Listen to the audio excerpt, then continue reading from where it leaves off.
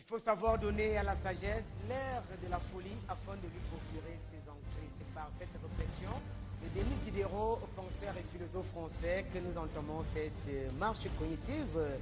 Bien le bonsoir à tous et bienvenue sur la tribune de la dissidence. Le foyer de la sapience, c'est sur la 4 tous les jeudis lorsqu'il est 21h. L'émission prise en relais par d'autres chaînes de télévision de par le monde et suivie intégralement dans plus d'une régie composée. Que la vérité n'a pas de camp. Une bouffée d'oxygène s'impose pour entamer cette longue aventure. Je vous reviens juste après pour la suite du programme.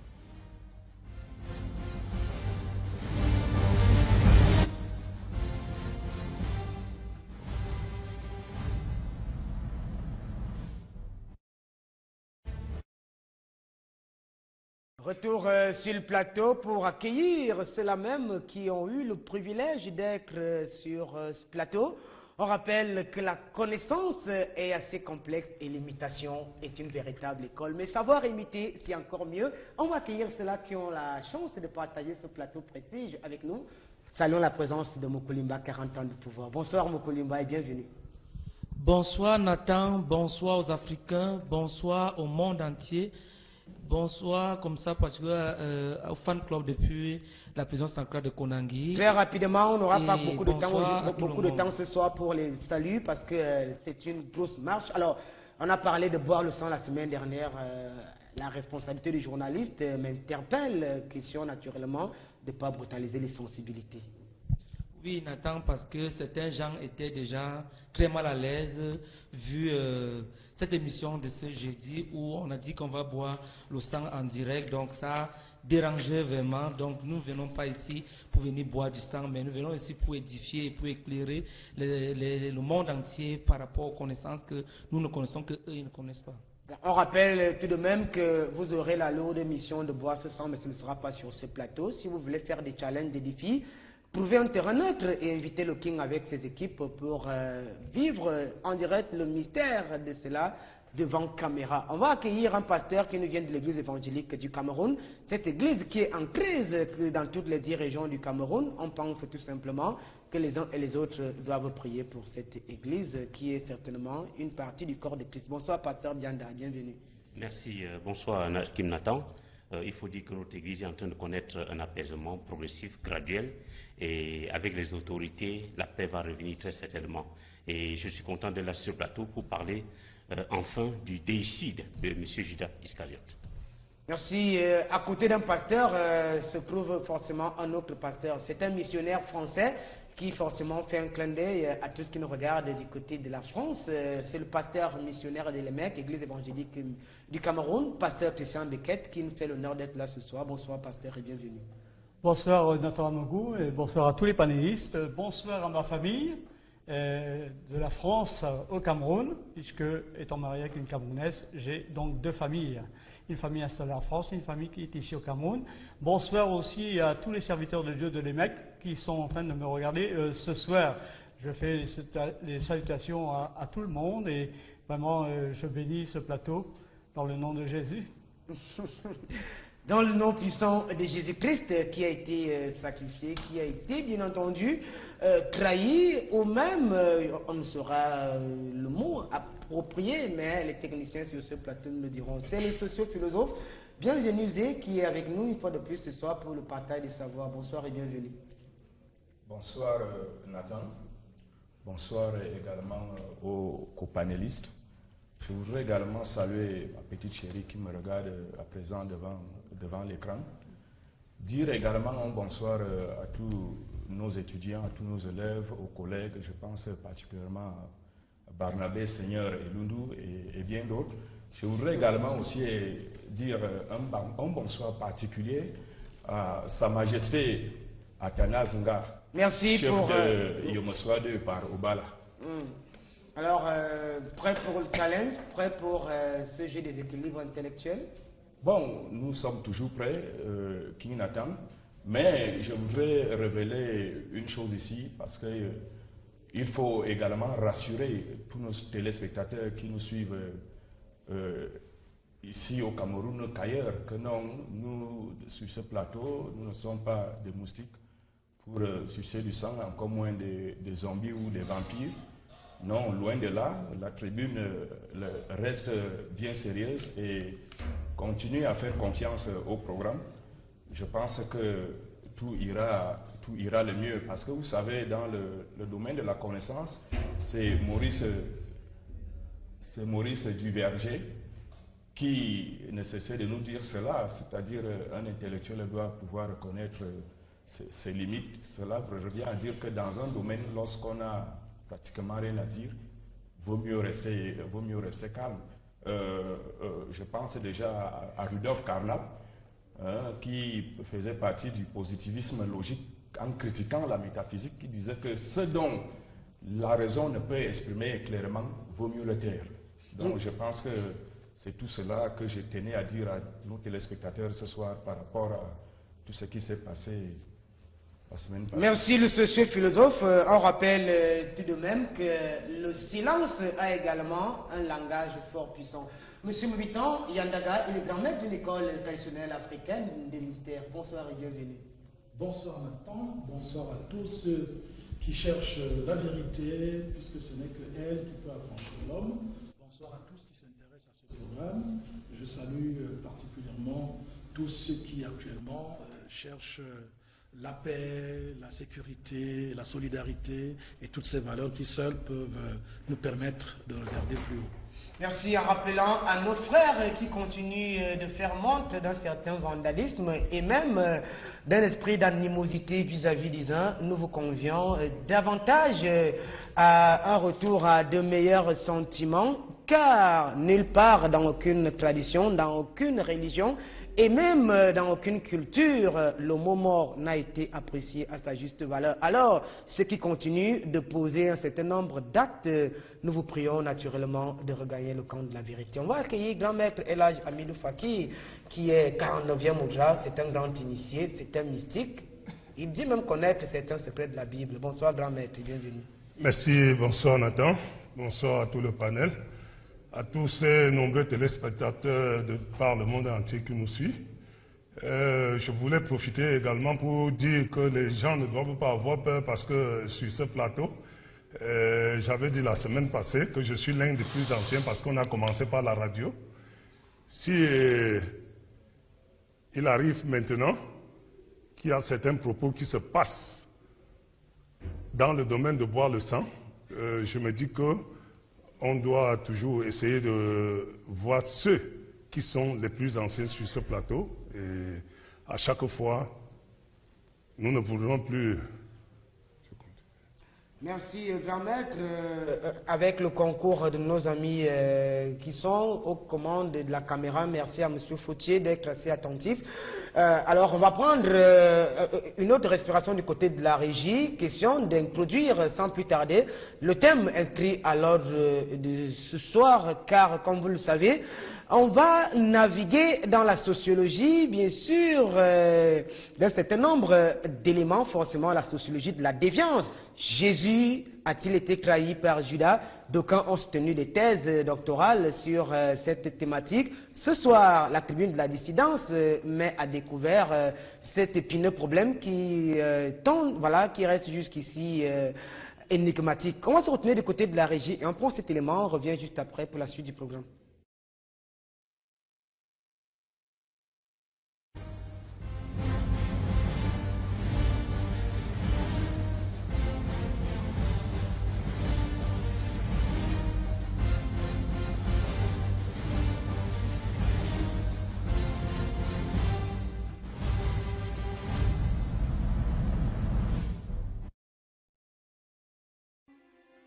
Judas Iscariote, fils de Simon, l'apôtre femme qui livra Jésus-Christ. La Bible donne peu de détails directs sur la famille et le passé de Judas. Comme son père, il était appelé Iscariote. On admet communément que ce terme est une indication sur leur lieu d'origine, Kériot et Tchon, une ville judéenne. S'il en est ainsi, Judas était des 12 apôtres le seul judéen, car les autres étaient tous galiléens. Judas apparaît pour la première fois dans les évangiles, dans la liste des apôtres dressée quelque temps après la Pâque de l'an 31 de notre ère, et environ 1 an et demi après le début du ministère de Jésus. Il est logique de conclure que Judas était disciple depuis un certain temps, avant que Jésus n'en fasse un apôtre. À en croire le portrait qu'embrosent de nombreux auteurs, Judas n'avait que des défauts.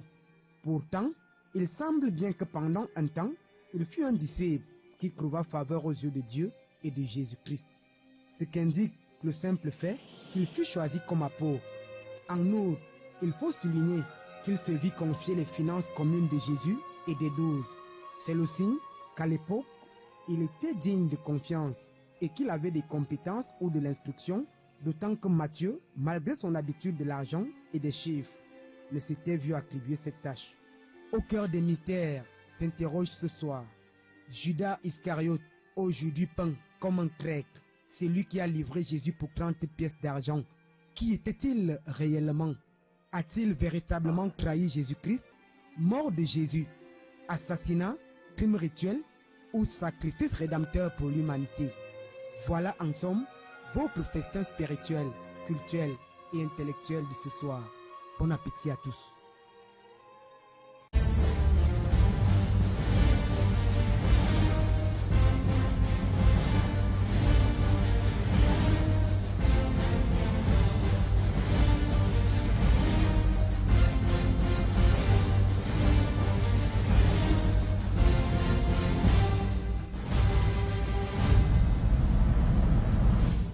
Dans ce studio pour entamer cette thématique en rappelant qu'à titre d'innovation dans le cadre de ce programme, nous avons décidé de faire intervenir nos panélistes dans divers pays et ce soir des vidéoconférences seront naturellement projetées depuis les États-Unis, depuis le Gabon et même le Bénin. On rappelle à tous les téléspectateurs que le premier numéro qui s'inscrit au bas de votre petit écran vous permettra dans les jours à venir de faire également comme nos frères qui ont réagi de par la terre. On salue la grande famille Makoski qui nous écoute, qui nous regarde allègrement du côté de Louvre. C'est en France.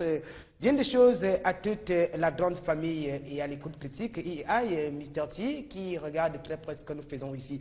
Judas a-t-il réellement trahi Jésus? On vous a dit qu'on va naviguer dans la sociologie de la déviance. C'est naturellement une thèse qui a été soutenue par des érudits. Et ce soir, au cœur des mystères, ne les donnera pas sur les moyens. Question de comprendre aujourd'hui la vérité. Thématique assez complexe et chargée d'enseignements. Deux personnes qui constituent naturellement la garniture d'un certain nombre de sciences, à savoir Jésus-Christ et Judas. D'ailleurs, chose curieuse, ces deux noms ont 5 lettres. Et avant bien sûr de disséquer le pouvoir alphanumérique du chiffre 5 de ces noms, nous sommes quand même curieux de savoir qui était réellement Judas. Monsieur le socio-philosophe. Eh bien, Nathan, parlant de Judas, bon, nous avons tout naïvement qu'on reconnaît beaucoup plus le personnage Judas à travers la Bible. Et lorsque nous entrons dans la Bible, on reconnaît Judas principalement comme l'un des 12 disciples restants. J'appuie bien sur le mot restant, parce que Jésus avait d'abord une foule. Après la foule, ils sont restés 120. Après 120, ils sont restés 70. Après 70, ils sont restés 12. Donc parmi les 12 restants figurait bien Jésus. Mais du point de vue familial, ça va peut-être surprendre plus d'un ce soir. Judas était l'oncle maternel de Jésus. Révélation. Révélation. Judas, oncle maternel Judas de était Jésus. bien, selon les recherches, Judas était bien l'oncle maternel de Jésus. Et c'est ce Judas-là qui aujourd'hui la Bible présente, bon, pas la Bible en tant que telle, les chrétiens présentent comme celui-là qui a trahi Jésus. Bon, une thèse que nous autres nous ne soutenons pas. Parce que du point de vue sociologique et philosophique que je défends ici sur ce plateau, il n'y a jamais eu trahison. Parce que trahir, c'est fléchir celui-là à qui on a pleinement confiance et à qui on tient la fidélité. Et je pense donc que lorsque nous étudions le courant essentialiste ou alors naturaliste, le courant essentialiste ou naturaliste dit que il est écrit. Ça veut dire que tout ce qui nous arrive, cela était déjà bien prédisposé avant nous que cela arrive. Alors, scientifiquement, du point de vue sociologique, lorsqu'on étudie donc la vie de Judas et de Jésus, on s'aperçoit que des siècles avant Judas et avant Jésus, on avait déjà proclamé, on avait déjà prévu. On retient quoi pour baliser le chemin? Qui était Judas? Pour baliser le terrain, Judas était le trésorier de Jésus et nous avons du mal à croire que celui qui a passé tant nombre d'années à garder les finances de Jésus se met à le trahir tout d'un coup. Donc c'est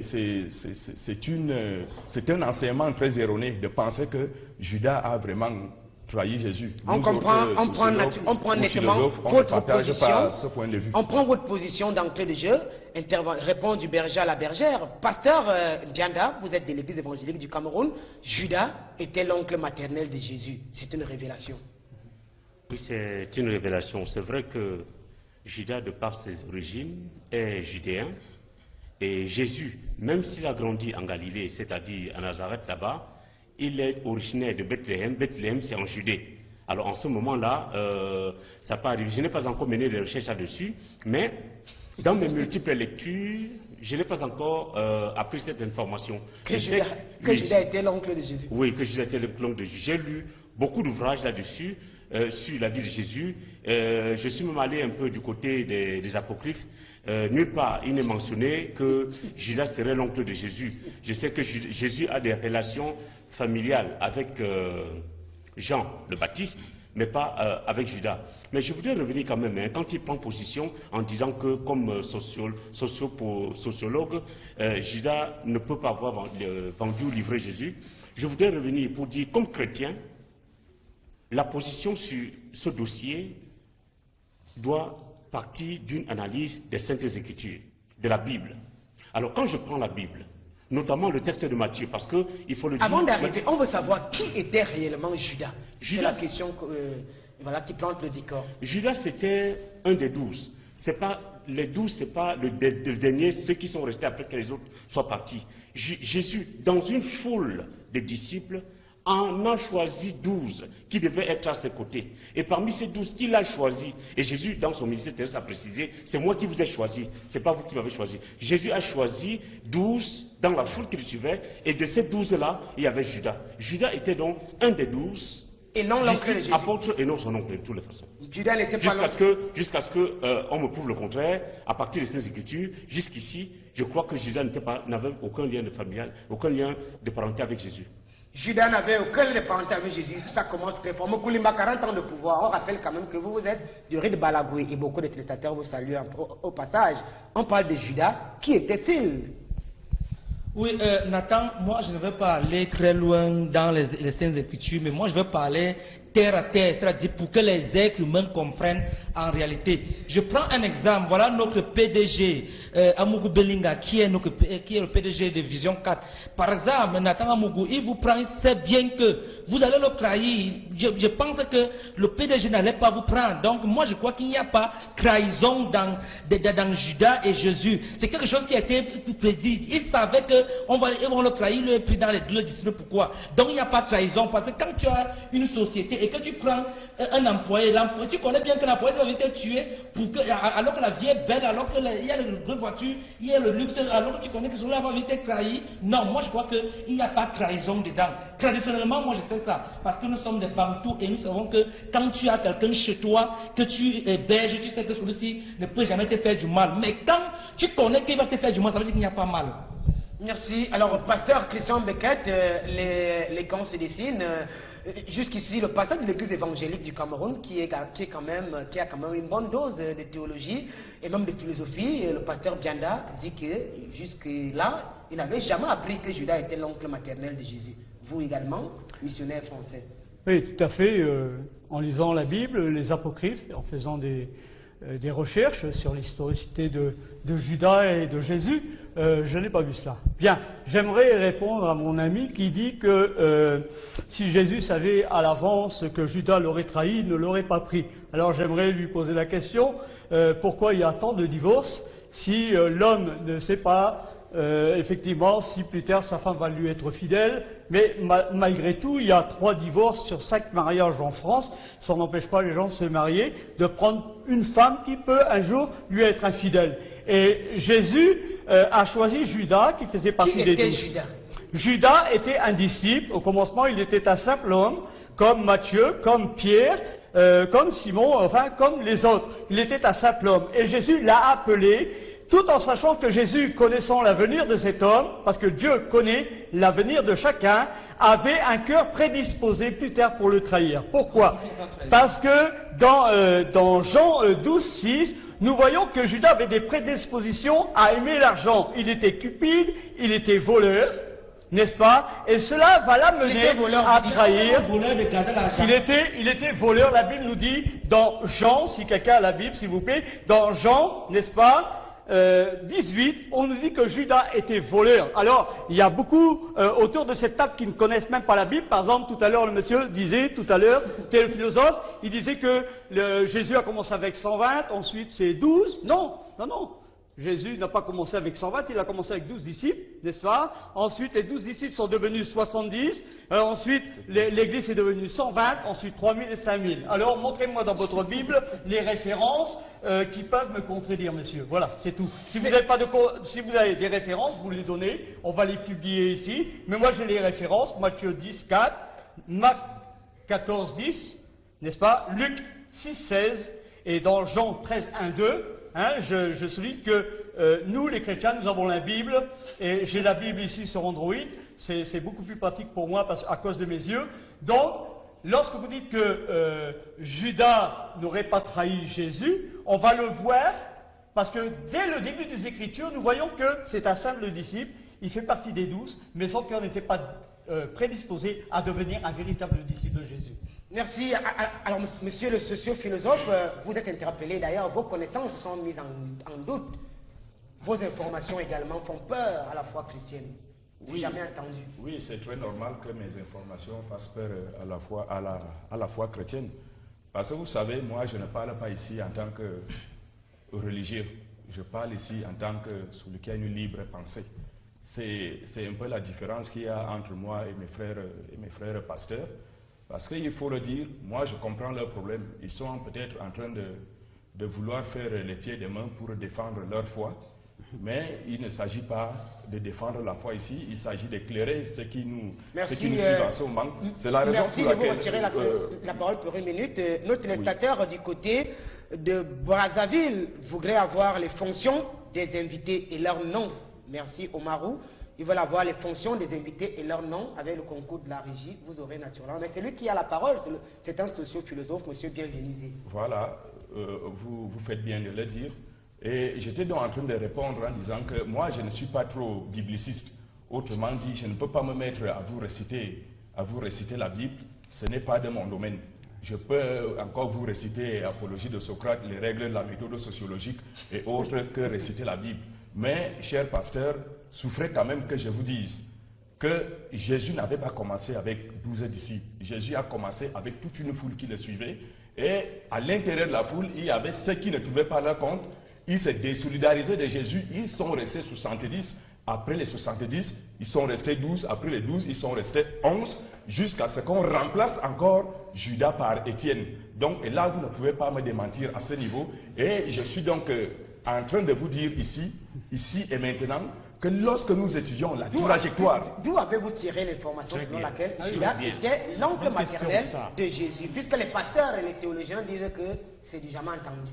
Bon, oui, ils peuvent dire que c'est du jamais entendu, tout simplement parce qu'ils focalisent leurs recherches uniquement dans la Bible. Or, la Bible, il faut le dire... Quel document a-t-il? Il faut le dire. Attendez, j'y arrive. S'il vous plaît, je voudrais leur dire ici que la Bible, en réalité, n'aide pas à penser. Peut-être la Bible peut les aider à croire. Or, des recherches multiples, surtout sur les 12 bon, vous pouvez lire Émile Durkheim, hein? Vous connaissez son ouvrage sur la religion. Vous pouvez aller le lire, vous allez trouver ce dont je suis en train de dire. Ceux qui connaissent, je préfère m'arrêter seulement à un seul auteur qui est plus connu. qui est le grand maître de la sociologie moderne. D'ailleurs, il est français comme vous. Donc, vous pouvez aller le lire, vous allez trouver tout ce que je suis en train de vous dire là présentement. Donc, je vous dis, cher pasteur, vous avez tantôt dit que les Saintes Écritures montrent que Judas n'a pas trahi Jésus. C'est très normal. La Bible, en réalité, il faut le dire, ne révèle que l'aspect de la croyance pour amener les uns et les autres à croire. Quelle démarche avez-vous suivie pour tomber sur cette révélation qui bouscule aujourd'hui la foi chrétienne? Judas, oncle maternel, vous dites? Je dis bien, Judas. D'abord, ce n'est pas un secret ici. Si je le dis encore à haute intelligible voix, que tous les disciples, les 12 disciples restants de Jésus, avaient un lien de parenté avec Jésus. Là, les pasteurs qui sont ici présents ne peuvent pas me démentir. Ce n'est pas parce qu'on veut apporter atteinte à la foi de quiconque, mais il s'agit de dire la vérité. Pierre lui-même était son nom. Jean qui s'appelle Saint Jean, c'était son petit frère. Jacques, c'était son frère. On peut citer des exemples sont pléthoriques. Donc, maintenant, l'homme de Dieu, moi je comprends l'homme de Dieu. L'homme de Dieu veut défendre la foi, mais moi je défends la raison. Et la raison, il s'agit de dire la vérité aux gens. Peut-être une vérité que ce qu'on appelle, entre guillemets, les Saintes Écritures ont semblé cacher. Merci. On rappelle tout de même que la foi qui est la ferme attente des choses qu'on espère est précédée par la connaissance. Alors, Monsieur Mobitan, Yandaga, Judas Iscariote, oncle de Jésus, oncle maternel, ça devient encore assez compliqué. Bien, alors, moi, quand je veux dire que c'était le grand frère de Jésus, comment vous allez dire? Alors, je voudrais tout simplement noter que, premièrement, Nathan, avant d'arriver là où nous sommes, nous avons été chrétiens, on a été baptisés, on a pris même la première communion, on a fait la confession et tout ce que vous pouvez imaginer comme sacrement lorsque nous étions chrétiens. Alors, après, quand on a cessé d'aller à l'église, quand on était à l'église, on a appris que Judas a trahi Jésus pour 30, je ne sais pas si c'était 30 000 francs ou 30 cycles, en tout cas, il y avait un 30 là. Yes. Très bien. Alors, à partir du moment où Judas donc a trahi, je me souviens, c'est une anecdote. Quand j'étais encore très engagé dans l'église, dans le mouvement pentecôtiste charismatique, un jour, on me choisit pour jouer le rôle de Judas pendant la scène, dans un théâtre. Merci. Du côté de la régie, réellement, deux ailes, ça nous fera beaucoup de bien. Judas a-t-il réellement trahi Jésus? Deux ailes, ça nous fera beaucoup de bien. Merci, bien. Monsieur Mobitan Yandaga. Alors, on me choisit pour jouer le rôle de celui qui va trahir Jésus. Il y avait théâtre dans une église ici, quelque part à Yaoundé. Comment? Alors, je me dis, mais pourquoi ce n'est que moi que vous choisissez? Vous me cherchez quelque chose? Alors, je raconte cette anecdote pour dire quoi? Presque tout le monde qui est passé par les églises dites chrétiennes a Judas en horreur. Parce qu'il a trahi. Judas était tout simplement, tel que moi je le lis désormais dans la Bible, c'était un des disciples de Jésus. Il est même encore un des disciples de Jésus. Il est encore? Bien sûr. Puisque, est-ce que Jésus est encore? Oui, les chrétiens vont vous dire oui. Et pourquoi Judas ne devrait-il pas être? Merci pour l'équité du temps de parole. C'était juste pour permettre de chuter. Oui. Nathan, Judas est donc celui qui livre tous les secrets que Jésus a transmis à ses disciples. Lui, il a livré tous les secrets. À ses ennemis? Je dis bien à ses disciples, parce que Judas n'était pas son ennemi, il était son disciple. Donc Judas a fait un bon travail.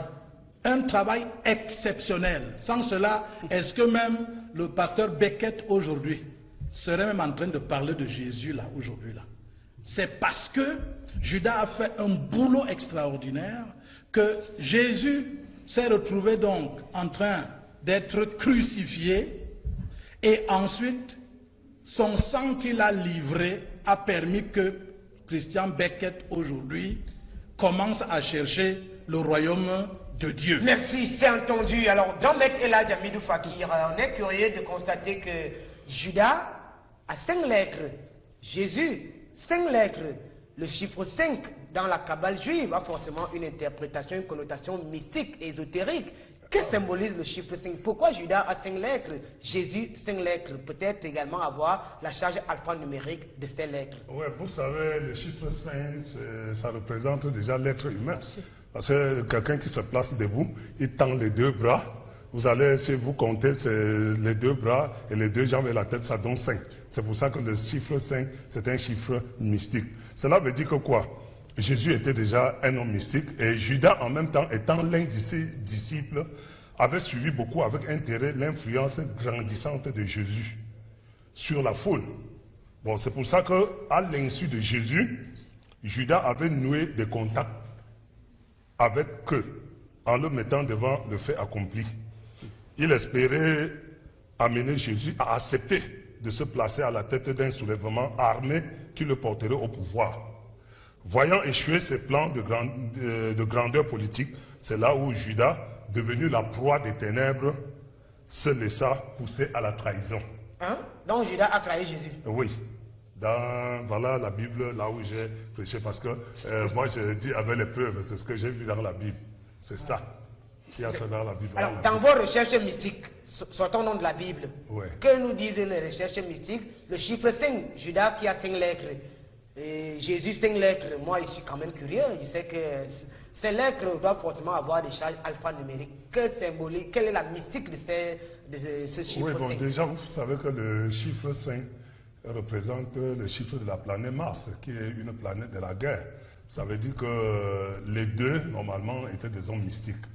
Jésus étant un homme mystique, et Judas aussi, étant donné que Jésus l'a enseigné beaucoup de choses, était aussi mystique. Parce que le chiffre 5, c'est le chiffre qui représente la planète Mars, qui est l'ange Samaël, c'est-à-dire dans la journée de mardi.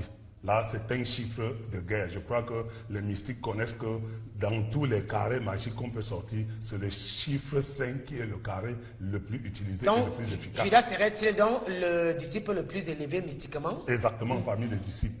Mokolemba, 40 ans de pouvoir, avant de passer la parole au pasteur qui brûle d'impatience de parler. Judas. Oui, tu sais, Nathan, quand tu as un ouvrier qui veut montrer les yeux,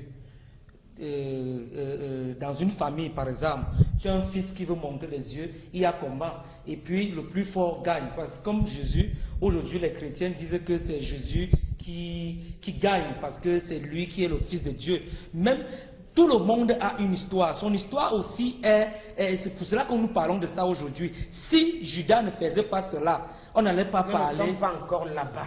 Oui, nous parlons de la mystique et de la métaphysique. Le chiffre 5. Avez-vous vent dans le riz de Balagoué? Non, Nathan, mystique de chiffre 5? je ne peux pas parler ce que je ne maîtrise pas. Merci de garder la parole. Voilà, de vous retirer la parole. Alors, pasteur, ici, les initiés ne s'accordent pas. Le grand maître dit que Judas avait des velléités politiques et politistes qui l'ont amené à livrer Jésus. Le socio-philosophe et le pasteur, monsieur Moubitan, ont tout un autre avis. Merci de me donner enfin l'opportunité de répondre directement à la question qui nous est posée. Bon, revenons un peu sur la mystique la Kabbale à laquelle vous avez fait allusion tout à l'heure. Le mot Jésus, Jesus en grec, a 5 lettres, comme le nom Judas. C'est quand même curieux, n'est-ce pas? Oui, c'est quand même curieux. Mais quand on fait la gématrie, vous avez bien fait de signaler que chaque lettre de l'alphabet hébraïque a un chiffre, un nombre qui lui est attribué. Une force alphanumérique. Vous appelez ça force alphanumérique. Nous, quand nous faisons l'hébreu et le grec, on appelle ça, chaque lettre de l'alphabet est associée à un nombre. D'accord. Et c'est la même chose pour l'alphabet grec. Alors, quand on fait la valeur gématrique des deux noms, Judas et Jésus, la valeur gématrique du mot Jésus, valeur géométrique, ça veut dire, quand on dit Jesus, le iota a un nombre. Quand on additionne ce nombre-là, le poids, le nombre que, en additionnant les lettres du nom Jesus, ça donne est beaucoup plus grand. que celui de Judas. Avec Jésus, j'ai fait cet exercice à la maison. Avec Jésus, ça donne, je crois, 682. Avec Judas, ça donne quelque chose comme 400. Quelque chose. Donc voilà pour ce qui concerne la valeur géométrique. Maintenant, ce sont les gens de la Kabbale qui font l'interprétation mystique de la parole de Dieu, qui peuvent commencer dans cette spéculation à donner le sens et autres. Je reviens maintenant à la question fondamentale. Judas a-t-il réellement trahi Jésus? Et en ce moment, il est important. Alors ici, est-ce qu'on peut comprendre à partir de la valeur géométrique que Judas était également en haut initié? Au vu du chiffre 400 et de son nom et du chiffre 600 du nom de Jésus, ne sont pas quand même loin, 400-600. Oui, il faut dire que à partir de le nombre le plus élevé n'est pas nécessaire, ne veut nécessairement pas dire qu'il a une puissance plus élevée que l'autre, puisqu'ils sont tous juifs. Et donc Judas pouvait être même plus élevé que Jésus. Non, ça c'est le domaine de la Kabbale. Nous sommes en train d'additionner les chiffres. Quand on additionne les nombres, ça donne un nombre, et maintenant le poids. Bon, par exemple, Dieu c'est l'unité, l'unicité, il est un. Vous allez additionner les autres nombres, ça va donner 800, 1000 et autres. Mais Dieu qui est un, alors il est au-dessus, il est tout puissant. Alors donc, je reviens très rapidement à la question fondamentale pour laquelle nous sommes ici. Quand nous lisons le livre de Matthieu, qui a l'exclusivité du récit sur le suicide de Judas, et qu'on lise le verbe qui est traduit dans la version française par livrer, c'est le mot paradidus, qui vient du verbe paradidomai, qui veut dire livrer. Et paradidus, dans ce texte-là, c'est un participe aoris. Un participe aoris qui se traduit donc par livrant, c'est-à-dire livrant, celui qui a livré, comme on dirait le vendant, celui qui a vendu. Donc, le mot grec traduit par livrer ici est dans le texte hébreu, est dans le texte de Matthieu, et c'est en grec, c'est paradidus, qui veut dire effectivement livrer, c'est un participe aoris. Donc, à partir de là, on peut comprendre que Judas a non seulement livré Jésus, il a trahi, dans ce livre de Matthieu ça apparaît, et en ce moment-là on peut comprendre que Judas a fait ce qu'on appelle un déicide. Alors, quel était le rôle de Judas pasteur, hein? Vous gardez la parole, monsieur le pasteur. Quel était le rôle la fonction de Judas parmi les 12? D'accord. J'aimerais juste dire un court mot sur la Kabbale, etc. Vous parlez de Jésus en français, mais bon, le nom de Jésus c'est Yeshua, et là vous avez plus 5 lettres. En arabe c'est Issa, vous avez 4 lettres. Donc, il y a Youssou aussi en arabe. Donc, vous voyez, lorsqu'on essaye de faire de la Kabbale, il faut prendre le nom exact. Est-ce que le nom Amougou va changer? Moi, je m'appelle Amougou. Est-ce que ce nom va changer en arabe? Oui, ton nom peut changer. La Bible nous dit qu'un jour, Jésus nous donnera un nouveau nom. Alors, non, je parle de mon nom. Est-ce que mon nom peut changer en arabe?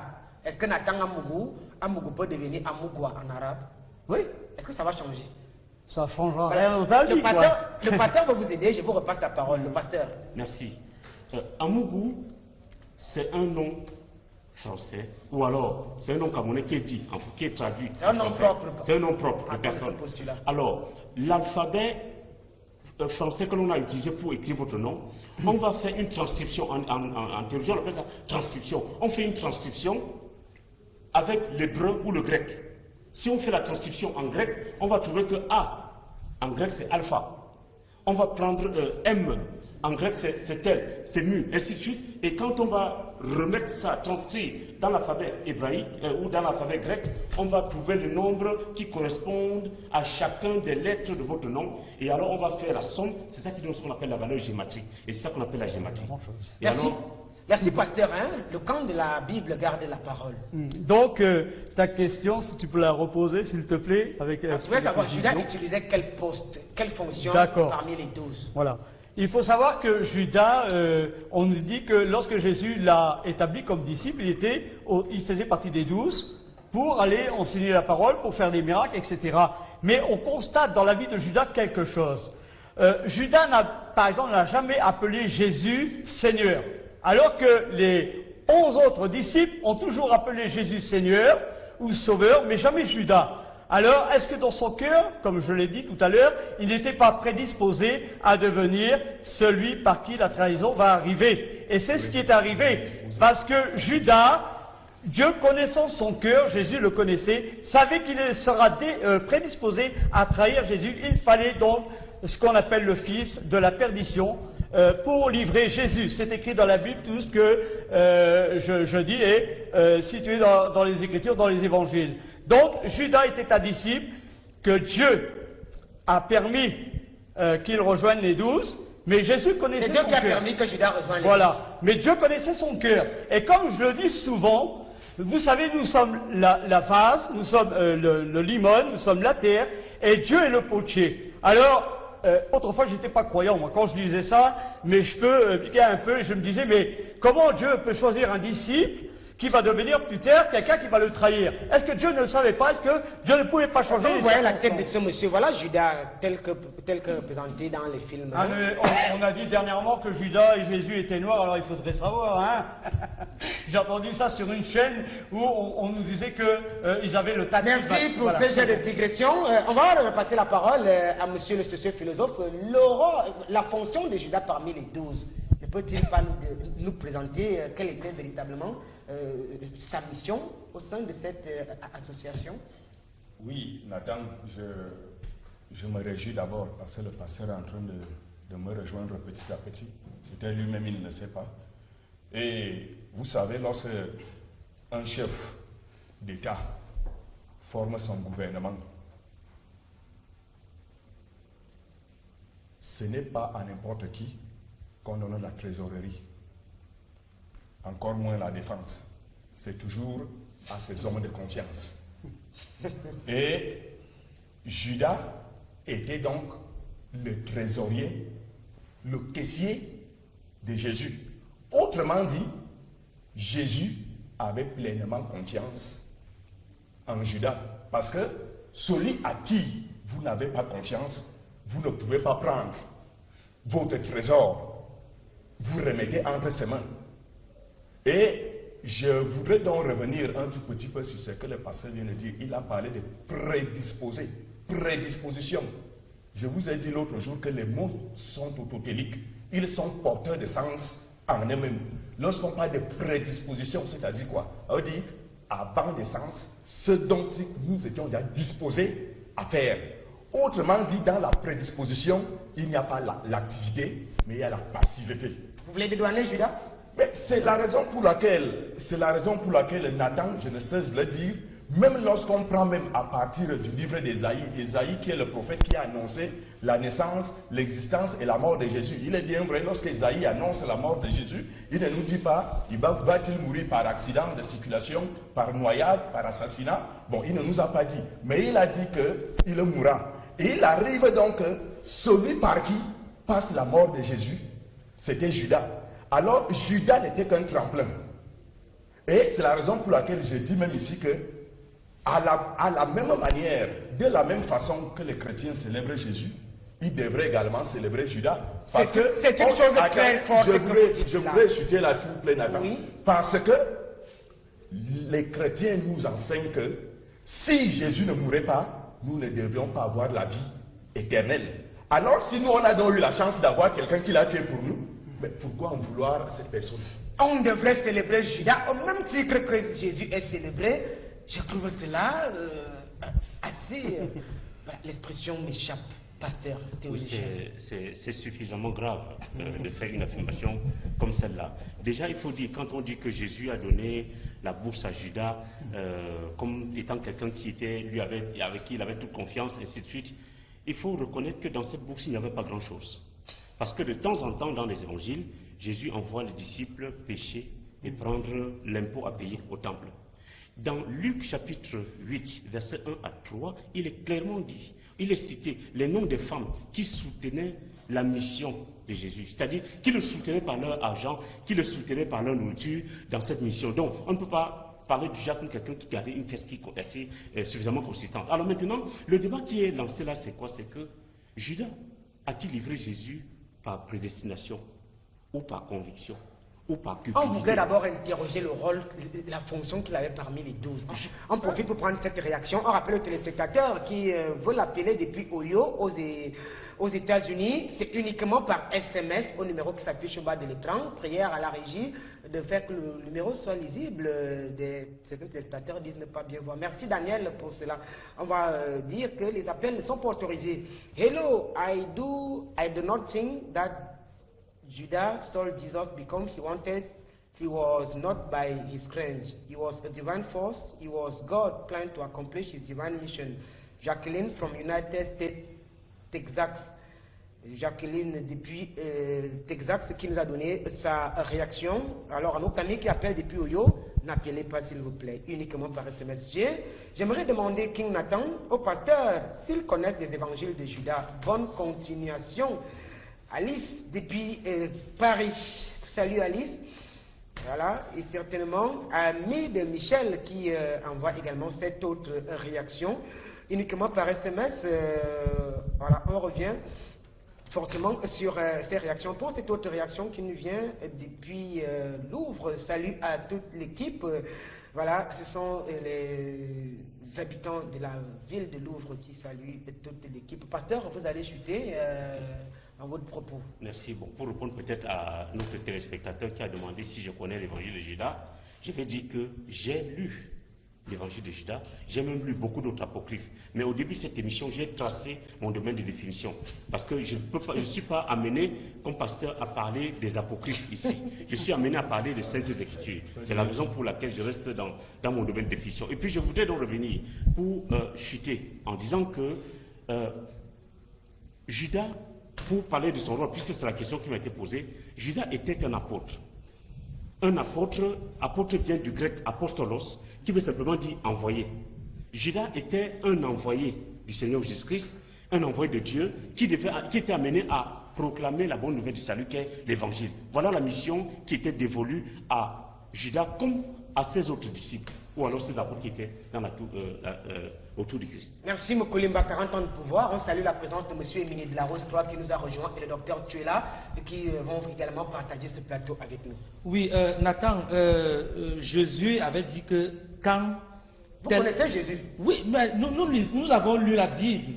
On enseigne la Bible dans l'école traditionnelle, mais nous avons vu, il y a certaines choses à l'intérieur qui ne nous arrangent pas. C'est pour cela que nous défendons nos causes africaines. Donc, c'est un peu ça. Donc, moi, je veux dire, il dit, quand elle faisait ceci, moi, j'étais là. Il connaît tout. Ça veut dire qu'il connaissait même que Judas va le trahir. Il n'y a pas de trahison. Parce que c'est lui qui l'a recruté. Tu recrutes quelqu'un que tu connais qui va te trahir, ça veut dire qu'il n'y a pas de trahison. Tout, Esaïe avait déjà proclamé qu'il y aura quelqu'un qui va naître comme ça. Donc, la vie de Jésus était déjà écrite. Et Judas n'a qu'accompli ce qui était écrit. Donc, il n'y a pas de trahison. Merci. Merci, mesdames, messieurs. Rappelons que les réactions sont uniquement par SMS, le numéro qui s'affiche au bas de l'écran.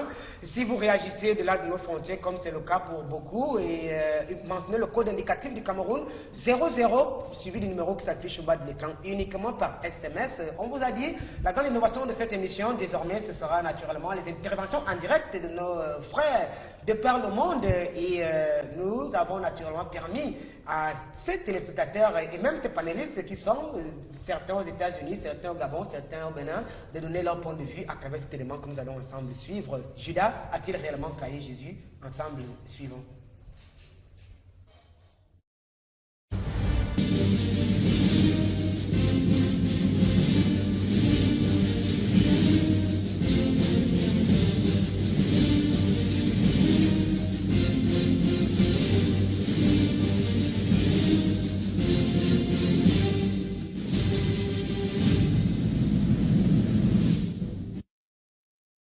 Merci beaucoup aux téléspectateurs.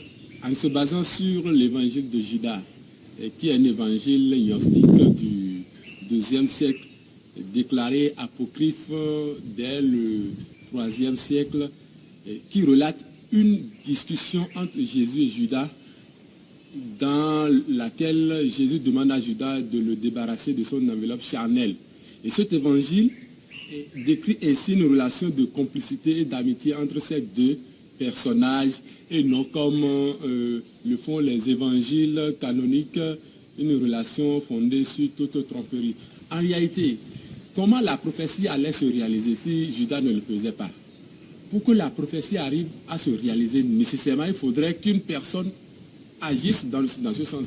Moi, je ne pense pas que Judas n'est pas un traître, comme le pensent beaucoup de personnes. Moi, je suis ferme sur cette décision. Il faudrait que la prophétie se réalise et donc, normalement, ça doit se réaliser. Donc, l'adverbe réellement ici crée la nuance et plusieurs théories et d'ordre interprétatif sont nées sur le personnage de Judas, un personnage que je rappelle qui est de la Bible. Et donc la réponse que je vais donner va être une réponse de la Bible, puisqu'il s'agit bien du personnage de Judas. Et donc sur l'acte qu'il accomplit, déjà avant d'accomplir l'acte, Jésus, lorsqu'il était sur la terre, précisément dans Jean chapitre 6, le verset 70, Jésus, choisissant ses 70 disciples, avait donc choisi parmi les 70 Judas. Et à la fin du texte que je vais citer, Jésus précise que parmi vous, il y a un démon. Et nous savons ce qu'est un démon.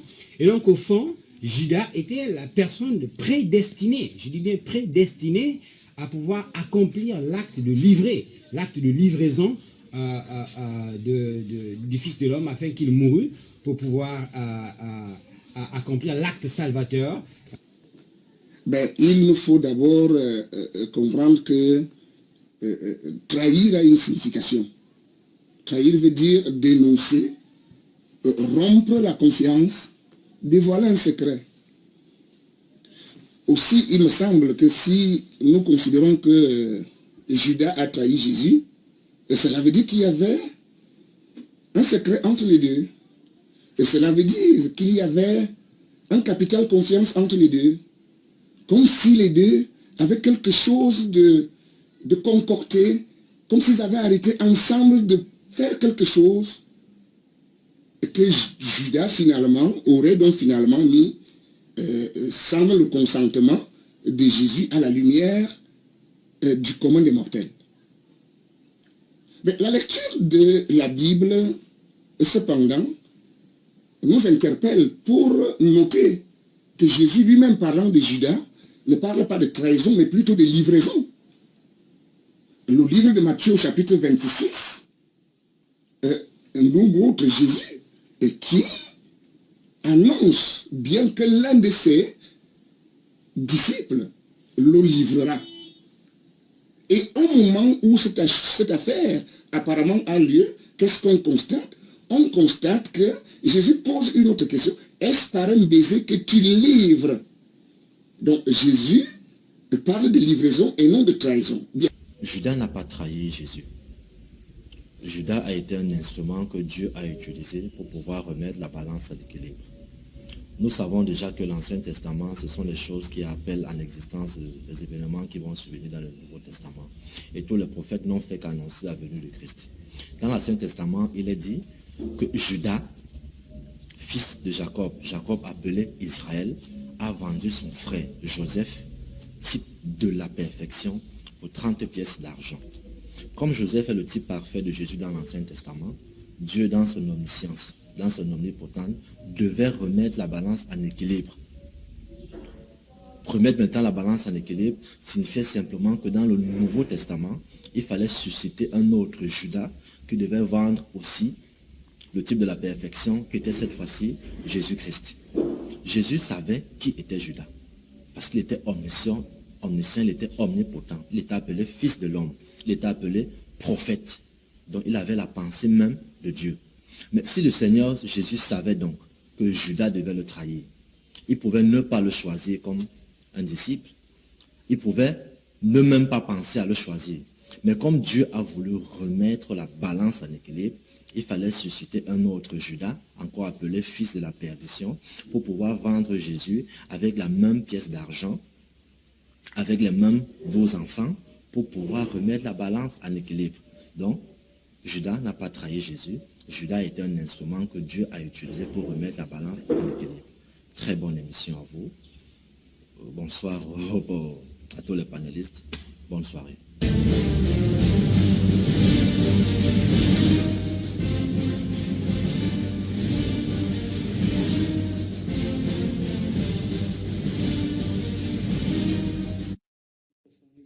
Retour dans ce studio, on remercie la technique, Daniel Feugueux, qui est au four et au moulin. C'est la première expérience, bien sûr, avec nos téléspectateurs de par le monde. Ce sera désormais comme cela. Vous allez réagir, que ce soit du côté des États-Unis. On salue notre ami Bocas Martin, qui est en séjour du côté des États-Unis et qui a naturellement bien voulu envoyer sa réaction. C'est un fidèle panéliste de ce plateau. Il est leader du mouvement MTME24, mouvement du temps de la foi. On va accueillir monsieur le résipicien de la Rose Croix d'Or, il faut le souligner, monsieur Émilie. Bonsoir et bienvenue. Bonsoir à tous les téléspectateurs, bonsoir à la technique et bonsoir à tous les copanélistes. Judas a-t-il réellement créé Jésus? Qui était l'homme Judas? Oui, nous voudrons dire ici que vous avez posé la question à certains qui disent ici que Judas était le frère de Jésus. L'oncle de Jésus. Dans l'oncle de Jésus, nous disons que dans la Bible, on voit Jude qui était le frère c'était le frère de Jésus, Jude, parce que nous pouvons le voir dans Matthieu 13, verset 55. Ensuite, nous pouvons voir Jude, fils de Jacques, dans Luc, chapitre 6, verset 16. Donc, à côté de cela, nous voyons quand même Judas Iscariot. Judas a été le meilleur disciple de Jésus. Je crois que nous pensons que les pasteurs sont quand même assez désarmés pour pouvoir le comprendre. Parce que quand on dit que Jésus était dans la secte essénienne, c'est une école de mystères. Et dans cette école de mystères, on ne peut donner les secrets, on peut expliquer les mystères qu'à un petit nombre. Or, Judas était le seul disciple qui a écouté, c'est-à-dire qui a suivi les secrets, la connaissance même de la matière. Donc, Judas n'était pas un très mauvais disciple. Non, non, non. Judas était le meilleur disciple et même l'ami. Et c'est pour ça que vous avez posé la question tout à l'heure. Judas et Jésus, c'était des initiés qui étaient presque au même niveau. Hein? C'était des initiés qui étaient presque au même niveau de connaissance, surtout de la matière. Donc, Judas a fait son travail, c'est-à-dire que c'était d'abord un grand initié, le meilleur ami de Jésus. La preuve, c'est que les pierres ont trahi Jésus. Les pierres n'est jamais à l'une, ils sont restés à 11, parce qu'ils n'avaient plus la connaissance, ils n'ont pas perçu la connaissance, ils n'ont pas reçu la connaissance. Hein? Jésus a donné toute la connaissance à Judas, et ce qui a permis à Jésus de pouvoir, la Bible dit que c'est une trahison, tout au contraire, non. Jésus a tout simplement permis à Jésus de pouvoir libérer la partie animale pour pouvoir rentrer à la partie originelle. C'est le point de vue de la Rose Croix d'Or, monsieur Émilie, qui a rejoint ces autres mystiques. On rappelle que la Rose Croix d'Or est une école de mystère, en même temps une religion dite chrétienne. You are my king. I agree with the speaker who just spoke about the prophecy. Jacqueline from United States, Texas. Docteur, tu es là? Bonsoir et bienvenue. Bonsoir le King, bonsoir à tout le panel. Que de révélations ce soir sur la thématique inscrite à l'ordre du jour. Judas a-t-il réellement trahi Jésus? Effectivement, trop de révélations et surtout des affirmations assez extraordinaires. Oui, nous savons que, vous allez m'excuser d'être assez scientifique ce soir, en science, il n'y a pas d'affirmation gratuite. On ne parle pas aussi comme ça pour parler, on parle avec des preuves et avec des références qui sont vérifiables. Quand nous écoutons beaucoup de personnes ici, scientifiques, qui donnent des affirmations sans des fondements, c'est assez décevant. On a même entendu ici que Jacques, le disciple de Jésus, était, je crois, son frère. Hein? Or, quand nous lisons bien, quand je cite la Bible, c'est parce que la Bible est un livre connu pour scientifiques. Dans Matthieu 10, on décrit assez les disciples avec leur appartenance et leur lien. Il y avait 2 Jacques parmi les disciples. Il y avait un qui était fils de Zébédée et un autre qui était fils d'Alphée. Vous le lirez très bien, il n'y a pas un Jacques frère de Jésus ou fils de Joseph. Donc il faudrait prouver tout ce que nous disons. Alors pour revenir à la question, qui était Judas, et à beaucoup d'autres questions dont j'ai écouté ici, tout à l'heure vous avez fait un parallélisme entre les 5 lettres de Jésus et les 5 lettres de Judas. En réalité, pour faire la transcription et... Le socio-philosophe a dit que Judas doit être célébré au même rang que Jésus. Monsieur Émilie de la Rose Croix d'Or emboîte également le même pas. Non, j'aimerais que quand les gens sur ce plateau puissent dire des choses, qu'ils aient quand même des références. On ne parle pas pour parler. Par exemple, si on veut parler de Judas, il y a des livres à citer. L'évangile de Judas est un livre. Alors, qu'est-ce qui est écrit par exemple dans l'évangile de Judas? Au verset 44, vous pouvez le vérifier. J'en ai même un exemplaire ici. Au verset 44, dans le propre évangile de Judas écrit, Jésus appelle Judas démon. Dans la Bible, dans le livre de Jean, et oui, dans le livre de Jean, au chapitre 17, Jésus appelle Judas, laissez-moi finir de parler s'il vous plaît. Jésus appelle Judas fils de la perdition, par exemple. Alors, que voudrais-je dire? Effectivement, si Jésus est Dieu, Judas ne peut pas trahir Jésus. Permettez-moi d'atterrir. Parce que nul ne peut tromper Dieu.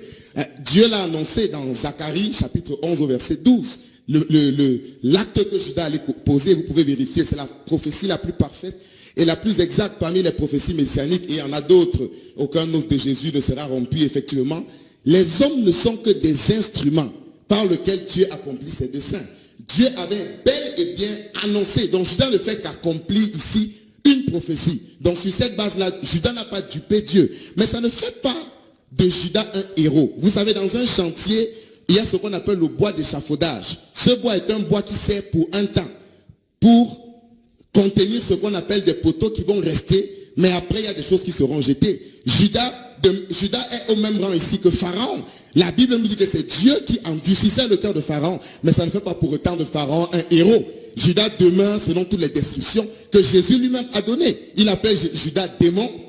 Judas, dans son livre, au verset 44... Est-ce que vous êtes d'accord qu'il a trahi Jésus ou qu'il a livré Jésus?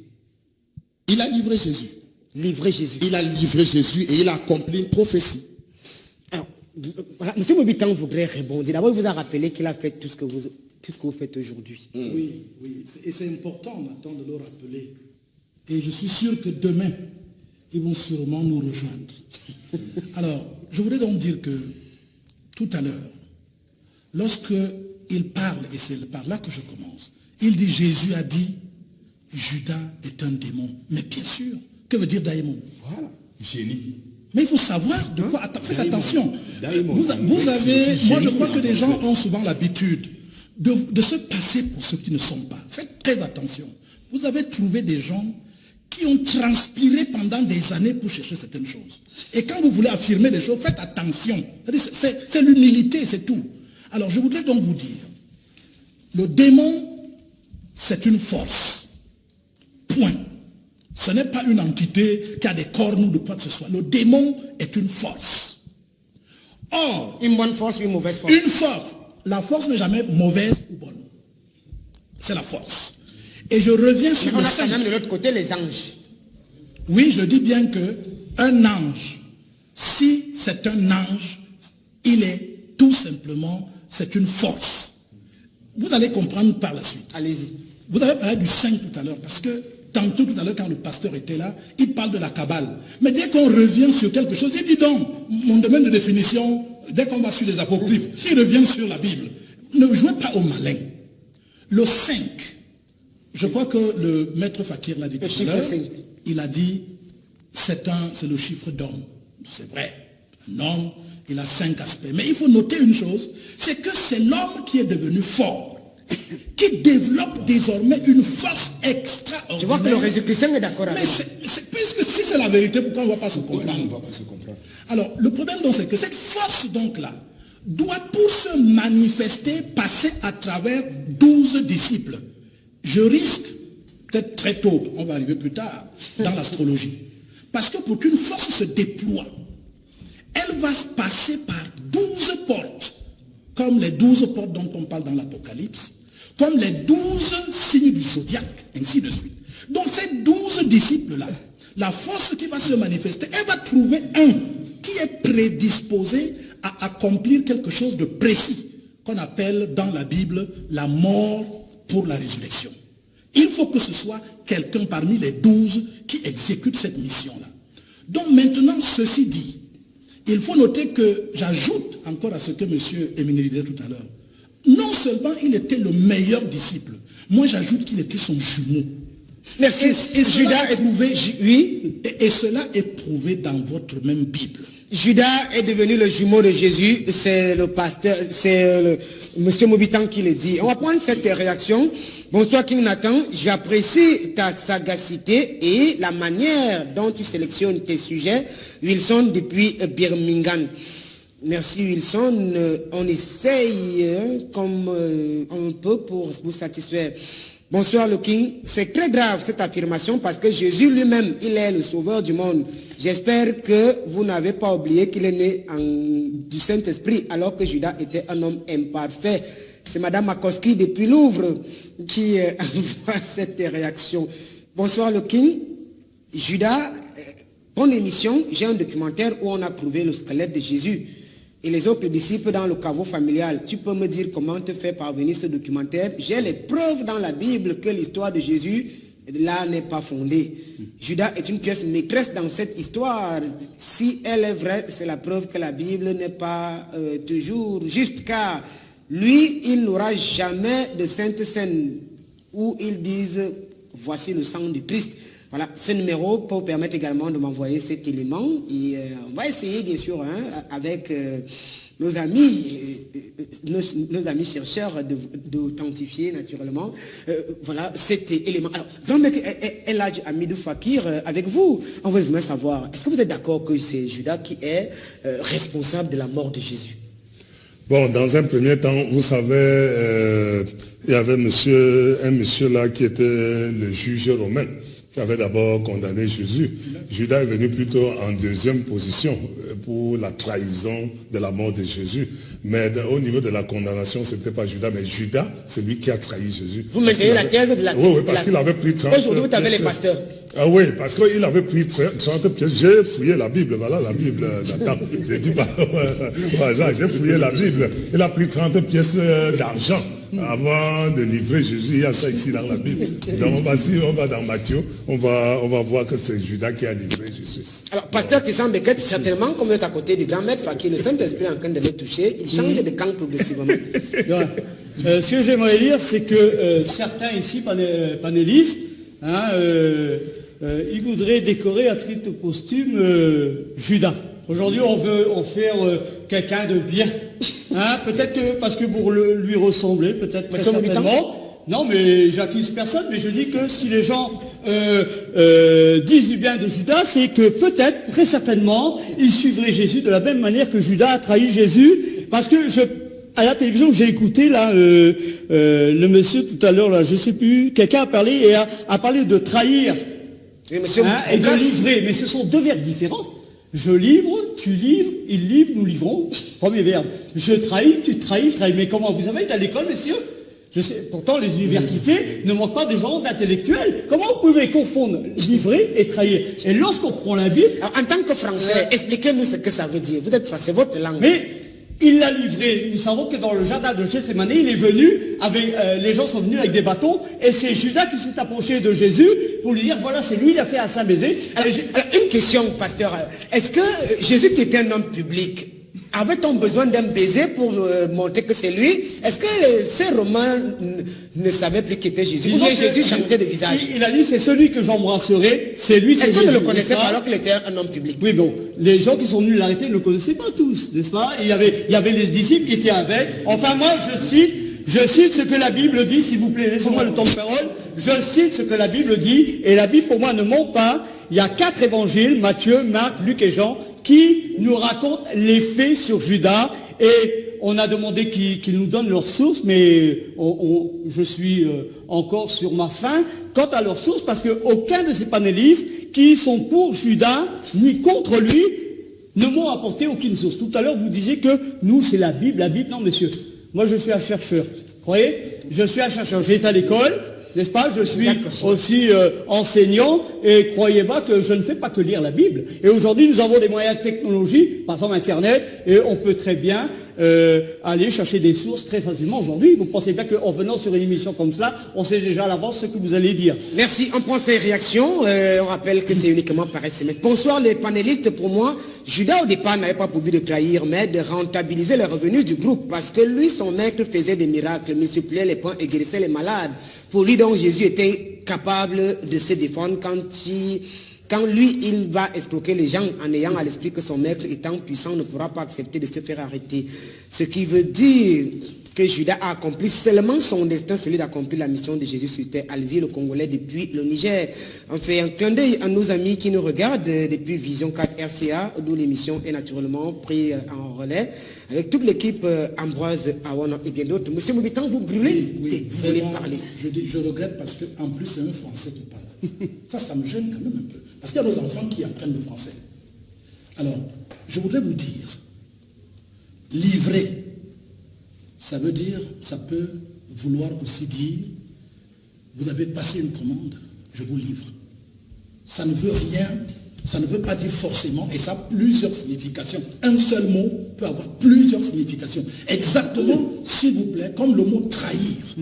Ce n'est pas seulement, si vous voulez, aller vendre quelqu'un parce que il aurait bien voulu qu'on cache ce qu'il a fait, mais on part vendre. Trahir peut aussi dire, et en français ça se dit, on dit ceci, voici l'expression. On dit, je ne trahis aucun secret. Je ne trahis aucun secret. Ce n'est pas péjoratif. Alors, maintenant ceci dit, je voudrais encore préciser que la trahison dont nous parlons, la trahison, et vous avez vu comment on dit, Judas est allé, il s'est pendu, les intestins sont sortis. Qu'est-ce que ça veut dire dans le langage mystique? Ça veut dire les secrets qu'il avait, il les a livrés. C'est ça, parce que c'est lui qui les a jamais pendu physiquement. Mais jamais, ce n'est même pas possible. Est-ce que vous pouvez imaginer? Vous pouvez imaginer, c'est parce que comme on prend tout à la lettre, et on prend même tout ça mal à la lettre, parce que si on suit le développement du pasteur, vous allez voir qu'à un moment donné, il va être coincé, il ne pourra plus continuer. Parce que le même Judas, qui va donc être en train de trahir, il trahit et Jésus finalement va donc être exécuté. Alors, pourquoi quand il est exécuté, le salut arrive. Mais quel mal donc il a fait, si on prend même ça à la lettre? Un monsieur qui agit, et à partir de là maintenant le salut arrive. Vous n'avez pas honte de continuer à penser mal de lui, rien que ça, en tant qu'être normal? D'accord. À nos amis de la Caroline du Nord, je vous en prie, uniquement par SMS, faites comme Jacqueline depuis l'État du Texas qui a envoyé ses réactions par SMS. Nos amis également de Oyo, uniquement par SMS. Bonsoir le King. Le sociologue sur votre plateau a raison, car cela font beaucoup de recherches pour connaître la vérité, pour nous éclairer. Tony depuis la Mauritanie, s'il vous plaît, le numéro de cœur des mystères. Ok, monsieur le docteur, tu es là. Trahir, livrer, sacrifice. Il y a même un autre adjuvant qui entre là, un autre intervenant, on peut personnifier le mot ici, sacrifice. Il s'agit même donc de quoi? Pourquoi on nous embrouille? Ok, je salue déjà l'honnêteté intellectuelle de grand maître Faki, que je respecte beaucoup, qui parle en réalité selon des références. Parce que nous ne devons pas accepter une vérité sans référence. Il ne faut pas qu'on raconte des trucs sans référence. Par exemple, on nous dit que Judas n'a jamais été pendu. J'ai personnellement été en Israël en tourisme et on nous présentait avec des preuves archéologiques le champ dans lequel Judas a été pendu. Alors, ce monsieur qui nous a dit qu'il va envoyer les éléments, qu'on a retrouvé le squelette de Judas. De Jésus, elle parlait de Jésus. De Jésus, d'accord. Oui, et jusqu'à là même, elle dit une chose de son contraire. Vous savez, des gens qui veulent ridiculiser Christ se trouvent en train de se ridiculiser eux-mêmes. Elle dit que la Bible, ce sont des histoires, mais elle finit encore en disant que Judas est une star parce qu'il a vendu Jésus. Elle approuve un fait biblique en insultant la Bible. Vraiment, je crois qu'elle manifeste elle-même, je dirais, son égarement. Alors, j'aimerais encore revenir sur un point, parce qu'on va jusqu'à donner des révélations sur 5, sur 12. Vraiment, je suis dépassé. Parce que le mot Jésus... Ne soyez pas dépassé, docteur. Vous êtes théologien. Oui, vous effectivement. êtes psychologue. Bien sûr. Je vais expliquer ce que beaucoup ont de la difficulté à expliquer ici depuis. Le mot Jésus, tel que vous le prononcez, n'a jamais été prononcé chez les Juifs de cette manière. Le mot Jésus est transcrit par... Le mot original, c'est Yehoshua. Et ça a été abrégé par Yeshua. Et maintenant, Yehoshua a 7 lettres. Et maintenant, Judas, c'est Yehuda, qui a Yehoshua a 8 lettres, autant pour moi, et Yehuda a 7 lettres. D'abord, Jésus n'a pas 5 lettres. Vous ne pouvez pas prendre... Quelqu'un a dit ici que Jésus, que Yehoshua avait... Non, j'ai la preuve ici, j'ai la preuve dans le documentaire. En grec, d'accord. Oui, en grec, et voilà. En hébreu, c'est 8. Et il y a une interprétation à ça.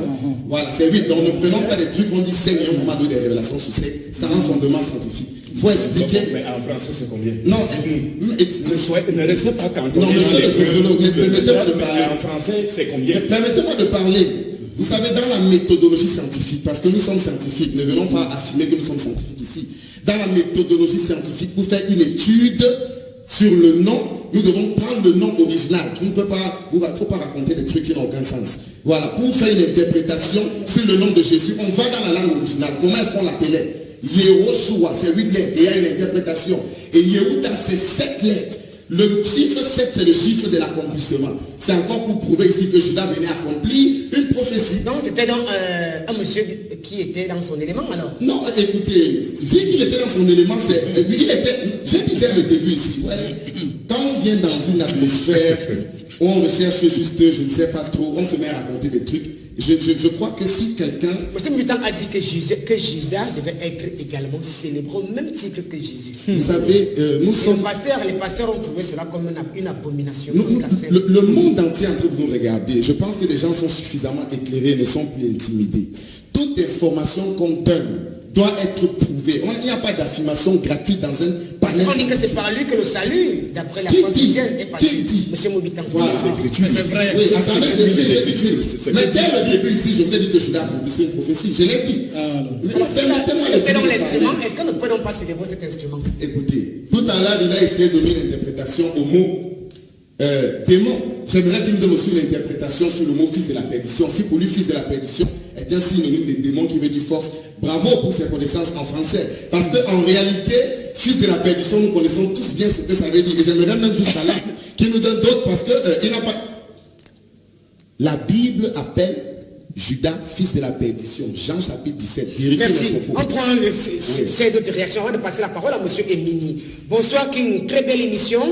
Depuis le début du christianisme, ils ont la Bible comme un roman, mais cette même Bible est écrite en parabole. Si tel est le cas, devons-nous prendre au premier degré le fait que Judas ait tué Jésus? Devons-nous la comprendre comme un roman ou une parabole? Quel serait le message caché? Alice depuis Paris. Bonsoir Alice et à ceux qui nous écoutent et qui nous regardent de ce côté. Occultistes et mystiques font de la sagesse occidentale venant de Babylone qui va tuer l'Église qui est le fruit de leur recherche africaine samie depuis la RDC. Qui est occultiste, qui est sataniste, on ne sait pas. Okay. Bonsoir, Judas a trahi Jésus, on ne débat pas là-dessus. Okay. Bonsoir, Monsieur Amogo, vous exagérez, attention. Je ne pense pas que j'exagère quand même. Voilà. Je suis un pèlerin à la recherche de la lumière et je partage mes recherches avec les téléspectateurs. Pas de menace surtout. Bonsoir King Nathan. Jésus omniscient a-t-il choisi Judas comme disciple dans une mission salvatrice, sachant qu'il allait le trahir? Mokolebala a demandé. Dieu se sert de Satan pour atteindre ses fins. C'est lui depuis N'Djamena. Bonsoir à nos frères depuis N'Djamena. Bonsoir le King. Les paralittéraires, je pense que Nathan, tu es un ange déchu. Donc tu peux faire parler de ces pratiques de satanisme pour leur... Ok, mon ami Jonas depuis le Mali, c'est jusqu'ici, je reste encore humain. Ok, d'accord, voilà. Bonsoir King Nathan. Alors, Monsieur Emini, on va continuer bien sûr dans la même lancée. On a 3 mots. Trahir, livrer, sacrifier. On nous dit que Jésus est venu se sacrifier pour l'humanité. Alors, comment est-ce qu'on achoppe à quelqu'un cette offrande, puisqu'on a commencé par les sacrifices, on nous a dit ici que le sacrifice était une offrande. Alors, si Jésus est venu se faire offrir, comment dire donc que Judas doit être le fils de la perdition? Je veux comprendre. Nous voulons d'abord dire ici que Judas n'a jamais été le fils de la perdition. C'est la Rose 3 qui dit. Oui, ceux qui le pensent ici, nous sommes d'avis que ce sont des ministères d'égarement, parce que on ne peut pas dans la Bible parler de Judas Iscarios et comprendre que Judas a été... tout simplement, Judas a accompli, parce que, vous savez, quand dans l'Ancien Testament, Judas serait donc le héros. On a demandé à Abraham de sacrifier ce qu'il avait de chair. Abraham a pris son fils et on présente que c'était finalement le mouton, c'est-à-dire que c'est un animal. Donc, nous avons tous cette responsabilité de sacrifier toute la partie animale. Et Judas, c'est le prototype qui a permis à Jésus de sacrifier cette partie animale pour que la partie divine de Jésus réintègre la partie originelle. Donc, vraiment, c'est une école de mystère. Les pasteurs ne peuvent pas comprendre des processus qui se déroulent dans des écoles de mystère. Ne peuvent même pas interpréter Judas, non. Ce n'est pas à leur niveau, soyons sérieux. Quand on veut parler des choses sérieuses, mettons les pasteurs, parce que les pasteurs et les prêtres sont des ministres de l'égarement. Ils égarent le peuple. Oui, il faut être sérieux. C'est la Rose Croix qui le dit, la Rose Croix d'or. Pasteur, vous êtes le ministre de l'égarement. On prend cette réaction qui vient de Bordeaux. Jessica Moring depuis Bordeaux. Bonsoir le King et à tous.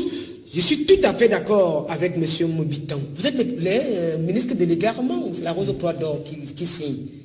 Pasteur et prêtre. Rose-Croix et mes amis peuvent dire tout ce qu'ils veulent, mais qu'on lit la Bible et qu'on s'attache qu'à la Bible pour nous parler de Judas. Mais c'est quand même étonnant que tous ceux qui font dans le mysticisme sont plutôt du côté de Judas, et tous ceux qui veulent suivre Jésus sont du côté de la vérité. Hein? Nous nous égarons personne. Nous avons les Saintes Écritures, et je suis étonné même que les sorciers, les gnostiques, enfin tout ce que vous voulez, font référence à la Bible. C'est quand même étonnant. La Bible est falsifiée, Judas n'a pas trahi Jésus, Jésus bientôt n'est pas mort à la croix. Vous savez, il y a tellement de choses qu'on dit sur Jésus sans ouvrir la Bible. Les seuls, ils sont où vos livres de référence de sorcellerie? Il y a le grand âge qui vient parfois avec des livres. Bon, voilà. Et là maintenant il vient avec une Bible, peut-être qu'il est en train de se convertir, c'est bien. Donc, il va venir avec la Bible. Bientôt il va devenir un de nos disciples. Voilà. Mais soyons sérieux. Pourquoi allez-vous au-delà de ce que la Bible dit? Parce que la Bible nous dit bien, je rappelle les références, dans Matthieu 10, 14, 26, 14, puisque je ne suis pas dans ma chapelle pour prêcher la Bible pendant 1 heure.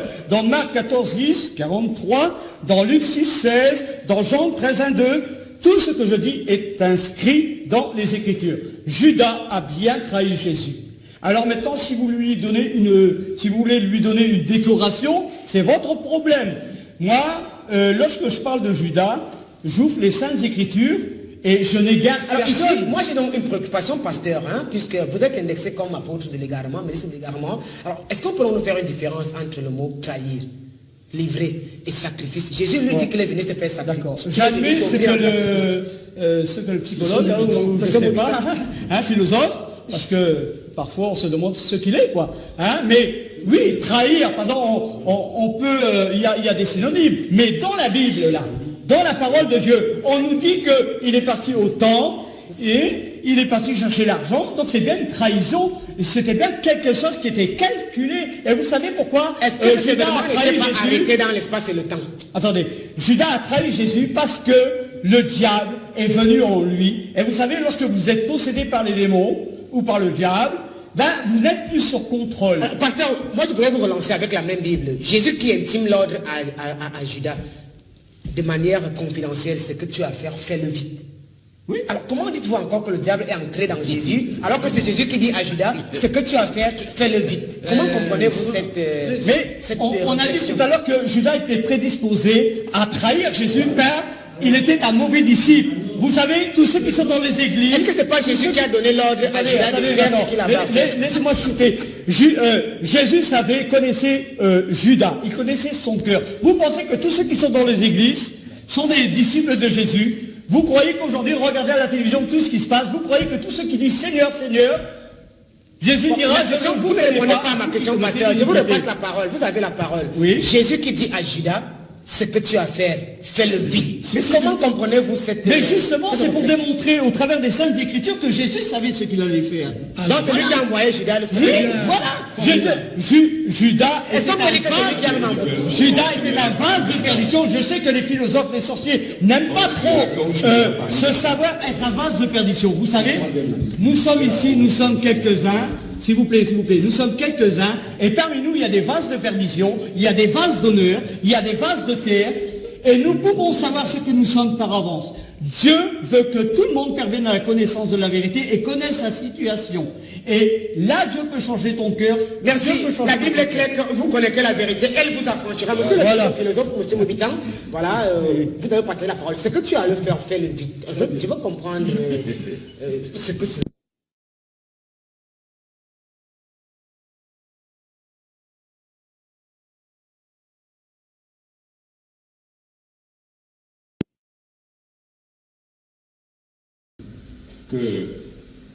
Pour conclure, nous allons nous mettre d'accord. Et je pense que les religieux, entre guillemets, ou alors ceux qui s'autoproclament religieux, sont déjà en train de nous rejoindre.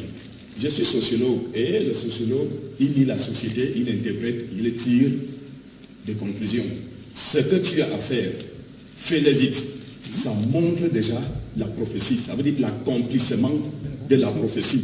Autrement dit, Jésus lui-même savait que Judas... Est-ce pas lui qui a intimé l'ordre à Judas? Oui, là, ça devient comme si c'est lui... Bon, prenons Jésus comme Dieu. Donc, c'est lui qui est déjà en train d'intimer l'ordre à Judas, ce que tu as à faire, fais-le vite. C'est dans la Bible. C'est dans la Bible.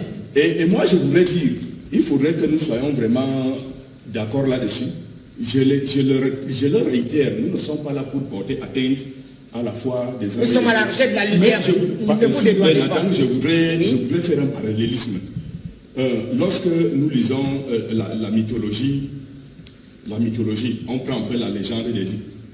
Alors le père d'Édipe, Laos, s'en va consulter l'oracle de Delphes, qui dit que tu vas te faire assassiner par ton fils. Et à un moment, bon, pour ne pas monter, lorsque sa femme Jocaste conçoit, le père décide d'abandonner l'enfant. Mais la prophétie a fini par s'accomplir. En ce temps-là, est-ce que réellement Édipe a réellement assassiné? Et ce parallélisme d'Édipe rejoint véritablement l'histoire de Judas, parce que Judas ne fait que accomplir. Scientifiquement, on ne va pas. Docteur, tu là veut parler. Ce que tu as à le faire, ce que tu as à faire, fais-le vite. C'est consigné dans la Bible. Mais bien sûr, Judas, comme le socio-philosophe le dit, il y a quelque chose de profond aussi. Judas a accompli une prophétie. Vous voulez qu'on le dise de quelle manière? Je l'ai dit dans Zacharie. Il a suivi les recommandations. Est-ce que ce n'est pas l'impératif? Fais-le vite. Effectivement, il était en train d'accomplir. C'était pourquoi il a été créé. Tout comme, mais ça ne fait écouter l'enjeu même.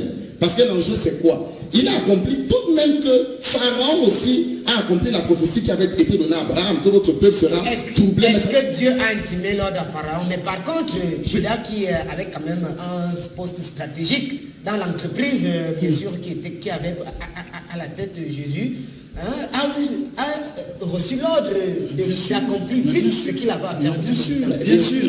Et là, je voudrais tout de suite revenir vers ce que tout à l'heure le pasteur dit. Ça m'étonne qu'un Français, vraiment, c'est pas péjoratif, ça m'étonne qu'un Français ne sache pas que trahir ne veut pas dire forcément aller vendre quelqu'un. Ah, mais là, c'est ce qui se passe. Non, attention, personne ne l'a dit. C'est vous qui comprenez comme ça. S'il vous plaît, veuillez donc me suivre. 30 ans de veuillez donc suivre. Veuillez donc suivre. Moi, je suis né dedans. Alors, je voudrais donc dire que lorsqu'on dit trahir, quand on dit trahir, on peut dire en français, je ne trahis aucun secret. C'est une expression française. Je suis d'accord avec vous. Donc, laissez-moi donc m'exprimer. Voilà. Alors maintenant que vous avez compris que la trahison n'est pas forcément péjorative, essayez donc de suivre ce que je souhaiterais apporter. Je voudrais donc dire ceci. Vous ne pouvez pas partir du fait que vous avez été moulé dans un système qui vous a présenté Judas comme un monstre, et vous vous fermez, vous refusez de voir la réalité. Merci, monsieur Moubitan. La semaine prochaine, on va continuer. Bonsoir, le King Courage pour ces débats. Prophète Othniel depuis Côte d'Ivoire qui me promet, qui prie beaucoup pour moi. Merci au prophète Othniel depuis la Côte d'Ivoire de continuer de prier sur votre humble serviteur. Bonsoir, King Nathan. Oh là là. Ok, d'accord. On va justement se partager ces 10 secondes. Alors, docteur, tu es là. La semaine prochaine, beaucoup plus d'arguments. On a juste déblayé le passage. C'est une thématique qui s'annonce super intéressante. Ok, comme mot de fin, la CONAC ne pouvait pas exister s'il n'y avait pas de corruption. Mais ça ne fait pas de la corruption et des bandits des héros. D'accord. Bonsoir King Nathan, très belle émission. Si Judas est celui qui a réalisé la prophétie, c'est réalisé. Je pense que Judas devait être célébré pour ce qu'il a fait. Judas a utilisé son libre arbitre pour accepter cette prophétie. Judas est un héros.